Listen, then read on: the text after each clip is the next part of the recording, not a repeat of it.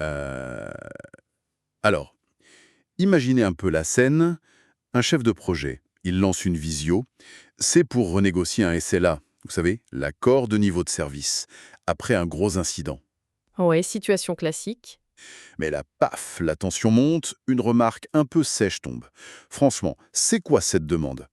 Le premier réflexe, c'est de se braquer, de défendre son truc bec et ongle. Et de tout faire capoter. Exactement. L'échange des rails et l'objectif initial, oublié. C'est là qu'il faut une boussole, un objectif rationnel bien clair. C'est tout à fait ça. C'est le cœur du sujet aujourd'hui.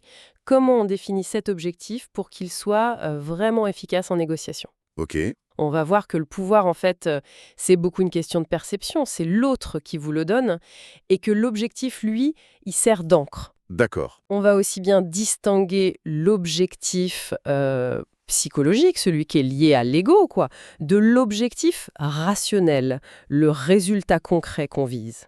Mhm. Et puis, on regardera les risques de cet ego, comment le désamorcer un peu, et enfin, très concrètement, comment on construit un objectif rationnel solide. Parfait.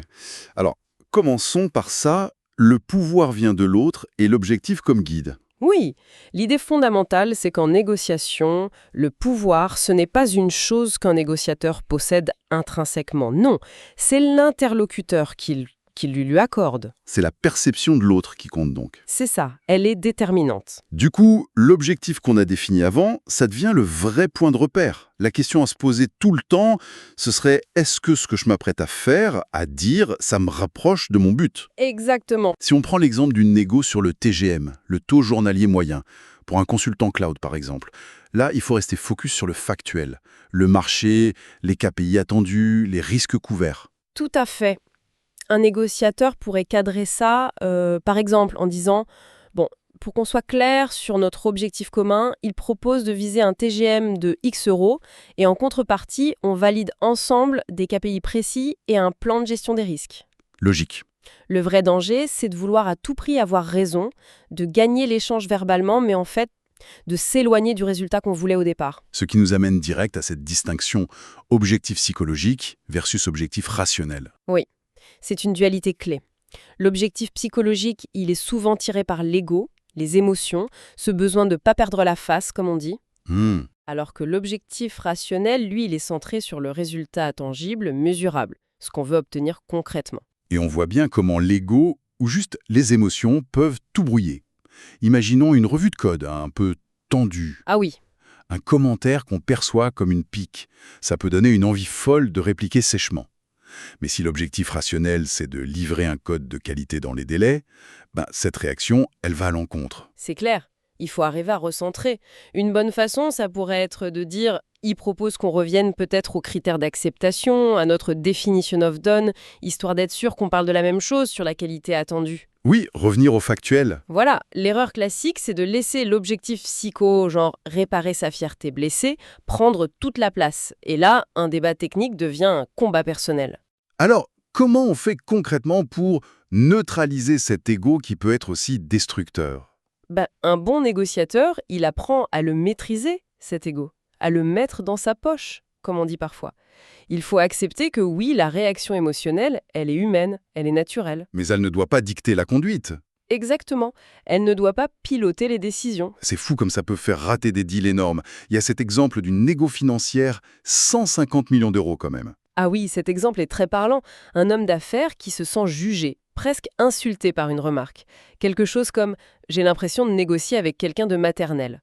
Ouch! Et là, son objectif rationnel, le deal à 500 millions, pouf, évaporé. Son seul but, c'est devenu de restaurer son ego blessé. Il a passé 2 heures à contre-argumenter, à essayer de rabaisser l'autre. Résultat? Blocage total. Échec de la négociation. Tout ça pour une réaction à chaud, non maîtrisée. La leçon est claire. Sacrifier son objectif pour défendre son ego, c'est l'échec assuré. Quand la pression monte, disons dans une négo serrée sur des licences logicielles, et que l'autre est un peu cassant, Oui, il faut réussir à créer un micro-temps. Respirer un coup, peut-être reformuler l'enjeu, ou poser une question ouverte pour calmer le jeu. c'est une excellente tactique. Par exemple, dire Si je comprends bien, l'enjeu majeur pour vous, c'est surtout le risque de rupture de service. Est-ce qu'on peut valider ensemble l'objectif chiffré de disponibilité qu'on doit garantir? Ça recentre. Exactement. Ou une question plus ouverte. Concrètement, de quoi auriez-vous besoin pour que cette proposition devienne acceptable pour votre direction? Ça ouvre la discussion au lieu de la fermer. Le piège absolu, c'est la riposte immédiate pour sauver la face. Bon, passons à la dernière étape alors. Construire l'objectif rationnel de manière pratique. Oui, parce que même si l'idée de départ est parfois émotionnelle, on a un coup de cœur pour un projet, on est très convaincu par une solution, l'objectif, lui, doit être structuré rationnellement. Pour être défendable, j'imagine. Et atteignable, surtout. Et comment on s'y prend concrètement? Alors, il s'agit de définir très clairement ce que le négociateur est prêt à donner, sur quoi il peut faire des concessions, et quel est le résultat minimum acceptable pour lui. Le fameux plancher. Le point de rupture. C'est ça. Idéalement, on le formule de manière SMART. Spécifique, mesurable, atteignable, réaliste et temporellement défini. On définit donc un plancher, en dessous on arrête, une cible, ce qu'on vise, et pourquoi pas un optimum, le scénario idéal. T'aurais des exemples concrets, peut-être dans l'IT? Bien sûr, pour un SLO, un objectif de niveau de service, restaurer le SLO à 99,5% de dispo sous 30 jours, avec un temps moyen de résolution, le MTTR, inférieur à 45 minutes. C'est précis, mesurable, daté. Ok.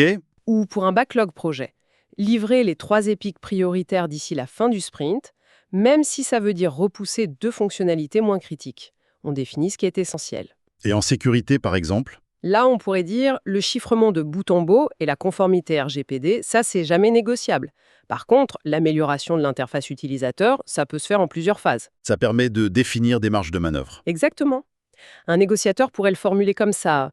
L'objectif, c'est de livrer ces 3 fonctionnalités clés avant telle date, avec moins de X bugs critiques. En échange, on peut discuter d'un phasage pour les options moins urgentes. Ou sur le TJM? Il pourrait dire, il a fixé sa cible de TJM et son plancher. En dessous de ce seuil, il préférera ne pas s'engager sur cette mission. C'est clair, ça pose les limites.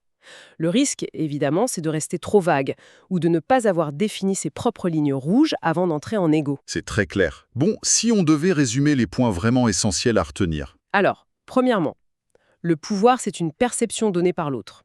L'objectif rationnel, c'est la boussole interne du négociateur. Deuxièmement, bien distinguer l'objectif psychologique, l'ego, de l'objectif rationnel, le résultat concret. Troisièmement, l'ego, ça peut tout faire dérailler. Il faut apprendre à le neutraliser. Une pause, une reformulation, une question ouverte.